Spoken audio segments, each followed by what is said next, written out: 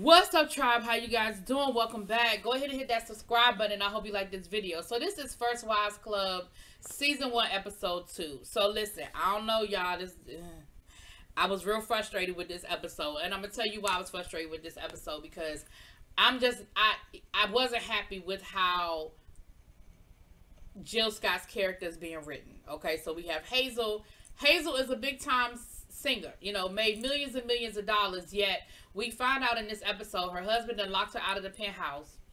She goes to check into a hotel. She uses his credit card because she suspects that her credit cards are cut off, and she basically goes on this crazy spending spree with his credit card. You had to know that was only gonna last a day at most, maybe 2. Like, you had to know he was going to get an alert on his phone, something, and let him know that the credit cards were out of control, right? I'm going to get back to that. So then we have Bree. She done went down to I owe an apology, because I made an assumption. When I saw Bree in the scrubs, I made an assumption she was a nurse. Why wouldn't I have made the assumption that she was a doctor? You see how we have biases even against our own? So as a black woman, I had a bias against another black woman. When I saw her in scrubs, I just assumed nurse, not doctor. And my apologies. She's a surgeon, okay?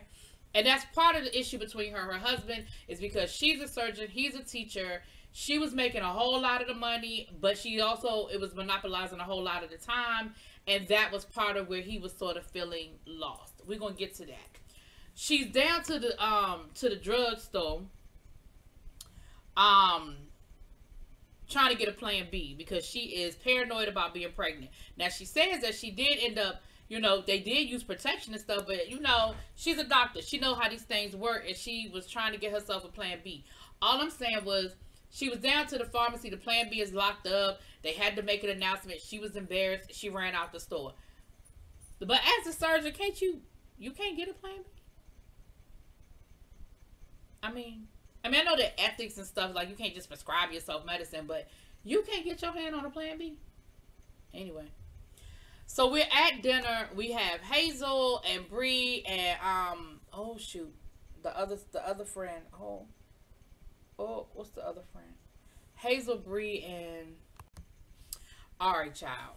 Now, Ari is trying to talk some sense into Hazel. Ari is like, listen, you need to get on top of this. You need to get you a lawyer. You need to get this situation together, because you sitting here thinking everything is good. This man done locked you out of your penthouse. You sitting here at this luxury hotel spending up the money on his credit card. You have to know that this ain't gonna last long. And she was like, well, I can't afford an attorney. It doesn't matter. We have an airtight prenup. And she was like, well, I need to see this prenup. She was like, well, the prenup is wherever. She said, where's your prenup? I don't know, wherever prenups are.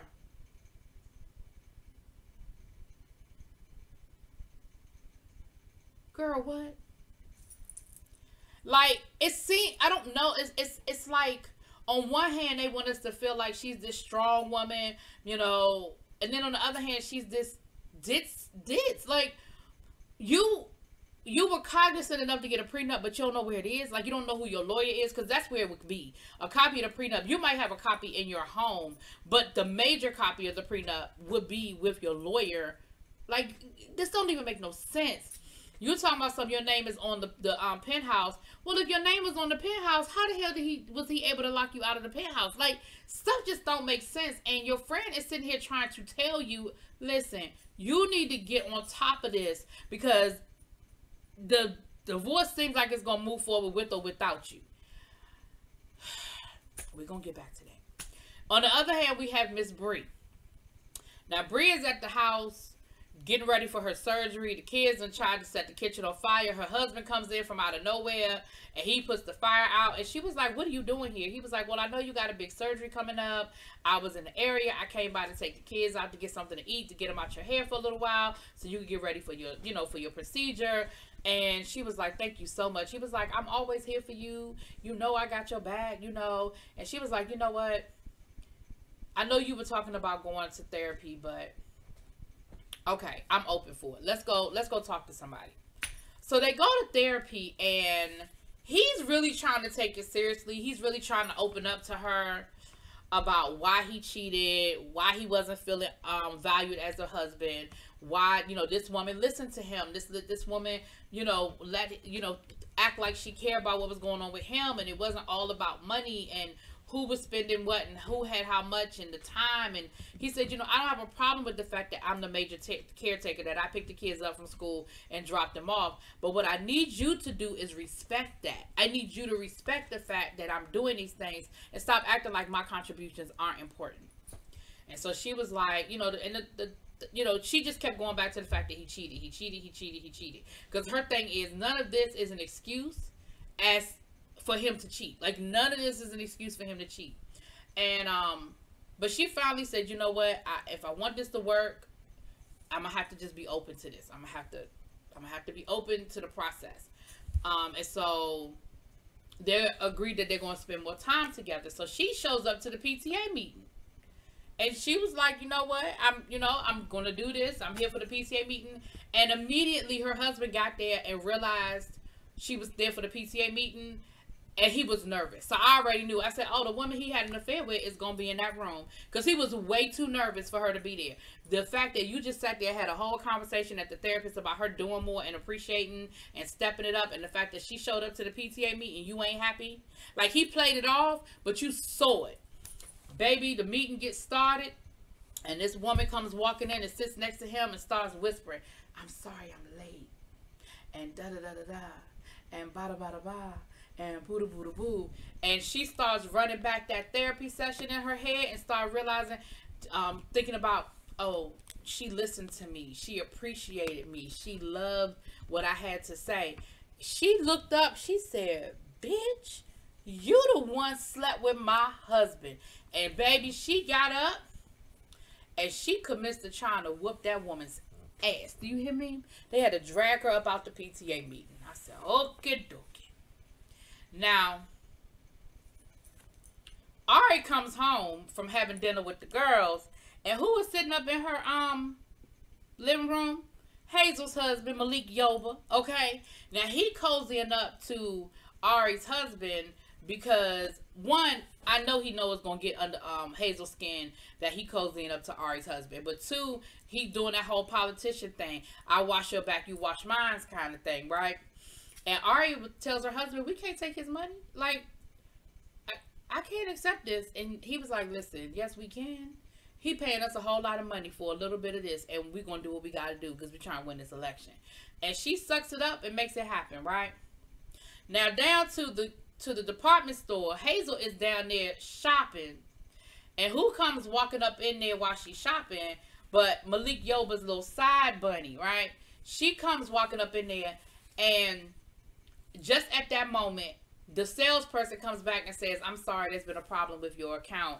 You know, we can't, your account's been canceled. And she said, wait a minute, that can't be the case. Like, let me call my business partner, my business manager. Calls the business manager tells her all her accounts have been frozen. She ain't got no damn money, right?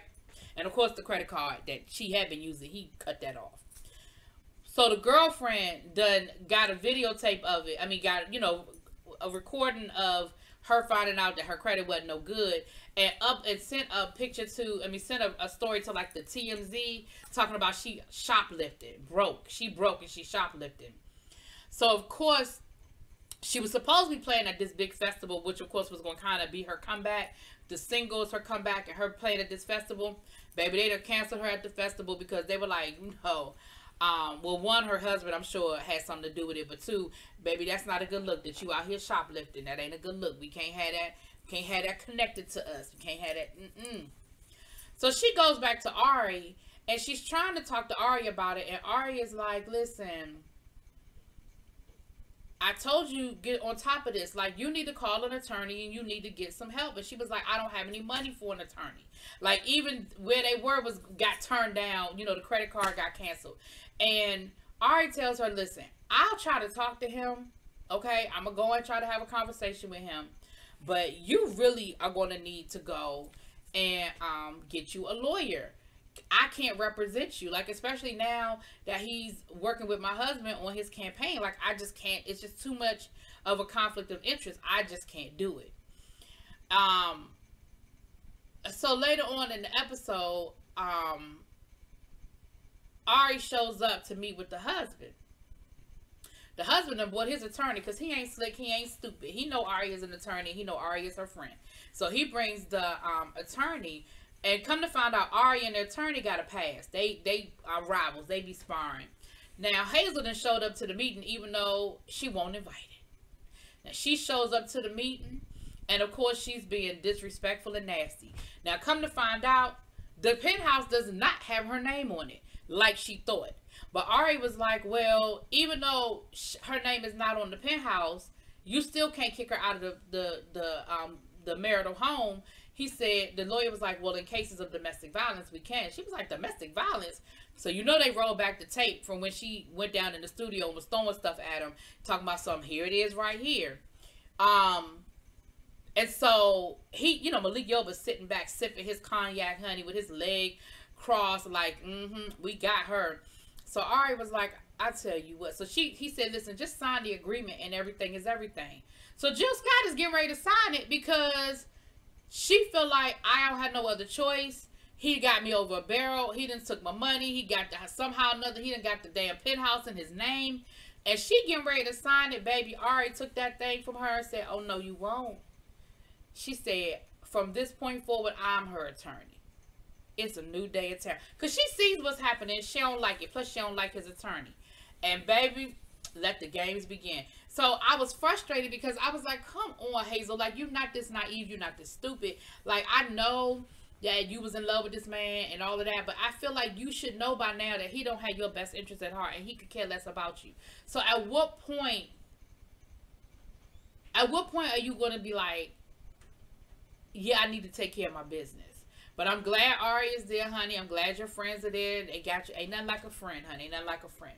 Anyway, y'all let me know what y'all think. Drop it in those comments. Peace.